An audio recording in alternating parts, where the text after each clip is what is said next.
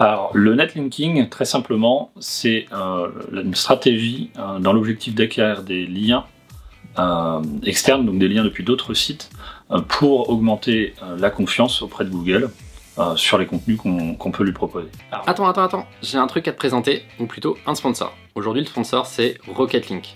Rocket Link, c'est la première plateforme d'achat d'articles sponsorisés dans le monde entier, ni plus ni moins. C'est aussi une plateforme pionnière en France puisqu'elle a été créée en 2012, donc vraiment un des premiers à s'être implanté sur ce marché des liens sponsorisés ou du netlinking. C'est une plateforme qui regroupe une trentaine de personnes, donc vraiment axée sur l'humain avant tout, avec un accompagnement, avec des chefs de projet, du reporting, du support. Et c'est une plateforme où vous allez pouvoir retrouver 110 000 sites, que ce soit des sites thématisés, régionaux, spécialisés, premium, etc., etc.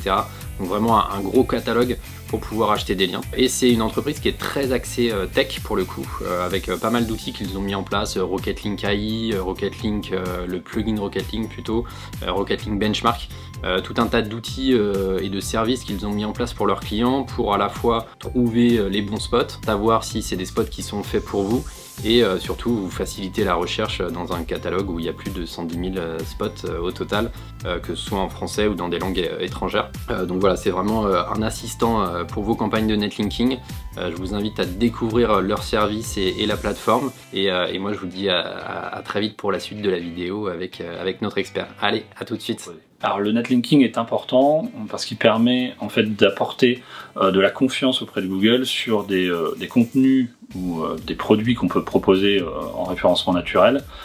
Donc ça permet de se démarquer de la concurrence au-delà simplement de la technique et du contenu du site. Alors il existe différents types de liens dans le netlinking. On va retrouver du lien contextualisé, donc au cœur d'un article, des liens forums.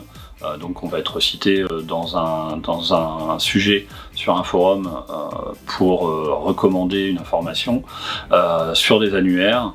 On peut être aussi cité sur différentes typologies de sites, donc ça va être aussi des typologies de liens différents. Ça peut être des médias, des blogs. Alors la qualité d'un lien, elle est importante en netlinking. Alors, on peut très bien imaginer avoir un lien depuis un média, comme Le Monde, qui va forcément avoir beaucoup plus de puissance que depuis un blog qui a été ouvert la semaine dernière. Donc on voit tout de suite que la différence entre ces deux-là, et entre les deux il y a tout un monde. Donc l'idée ça va être d'aller chercher des liens de qualité, à la fois sur des sites puissants, mais aussi thématisés sur ce qu'on propose à nos leads ou à nos clients. Les critères pour sélectionner un bon lien vont être multiples, et il faut faire attention d'ailleurs à ces choix-là. Il faut regarder plusieurs éléments et pas se fier à un seul. Un des premiers critères qu'on va pouvoir regarder, c'est la qualité rédactionnelle du site sur lequel on va publier, sa capacité à se positionner sur certains mots-clés et donc à faire du trafic. Alors, il peut y avoir des risques à faire du netlinking, notamment lorsqu'on va un petit peu trop forcer sur soit des ancrages, soit sur la quantité de liens qu'on va recevoir en peu de temps. Il vaut mieux étaler une campagne dans le temps, par exemple lorsqu'on fait du netlinking. Pour autant, Google fait beaucoup de communication sur le sujet, mais le risque reste mesuré à partir du moment où on fait les choses intelligemment. Alors il y a différentes méthodologies pour obtenir du lien en 2025. On peut passer par de l'achat, qui va simplifier beaucoup les choses.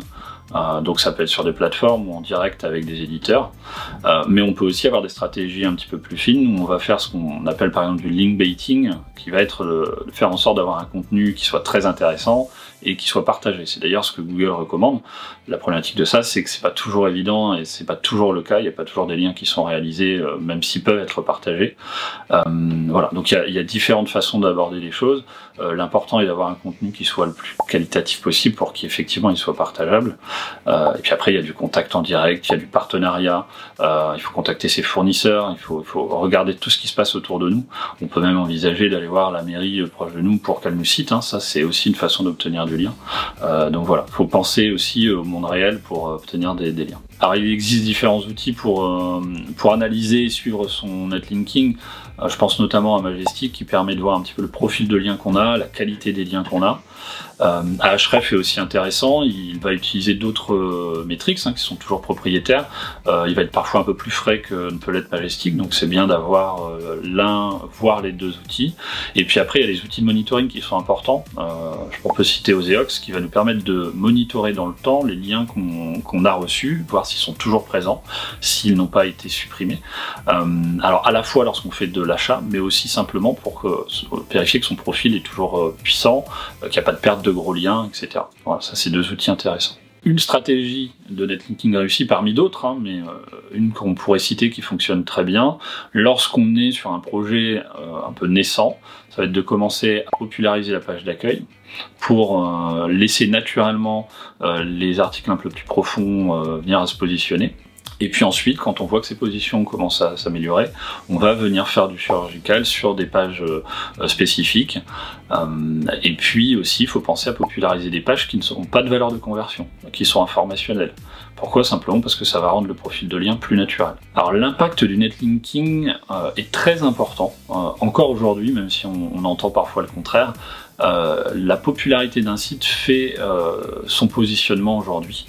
En tout cas sur des mots-clés importants et à valeur de conversion. Donc c'est important aujourd'hui de faire du netlinking, il y a plein de façons d'en faire.